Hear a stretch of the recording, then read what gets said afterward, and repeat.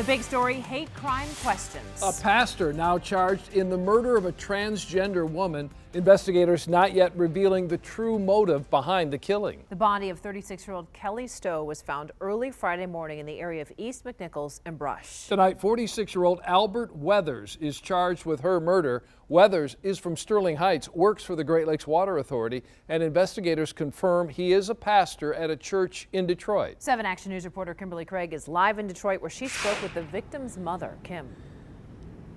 Yes, Heather, Jessica Williams-Stowe says her daughter Kelly had been bullied growing up, but she still held her head high and told younger people in the LGBTQ community to do the same. She was loved. She has aunts, her grandmother. She has a lot of people who love her. She was loved, and you know, people cared. So you know, she just wasn't nobody. The mother of Kelly Stough was devastated, trying to come to grips with her murder. Kelly was shot to death just before 6 o'clock Friday morning, and investigators say the person who killed the transgender woman is 46-year-old Albert Weathers, a local pastor. If you don't hear me preaching no more. Pastor Weathers is now charged with open murder and the use of a firearm and the commission of a felony. At his home in Sterling Heights, a woman who answered the door would only say they have no comment. Kelly Stough was shot to death in the area of East McNichols and Brush in Detroit, and a source close to the investigation says there was a witness and that Albert Weathers only called police an hour after the shooting and after he clocked into work at the Great Lakes Water Authority.